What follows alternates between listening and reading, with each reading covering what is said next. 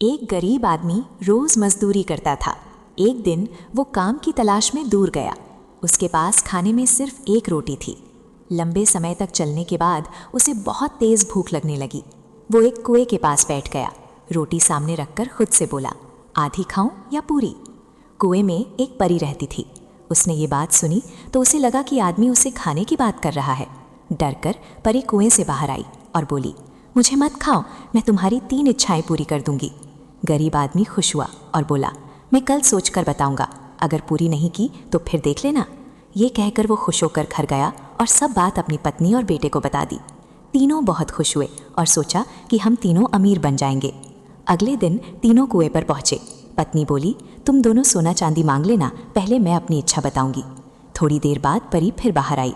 औरत बोली, मुझे दुनिया की सबसे खूबसूरत औरत बना दो। परी ने हाथ घुमाया और पल भर में वो औरत एक बहुत सुंदर और जवान औरत बन गई। इसी समय वहाँ से एक राजकुमार गुजरा।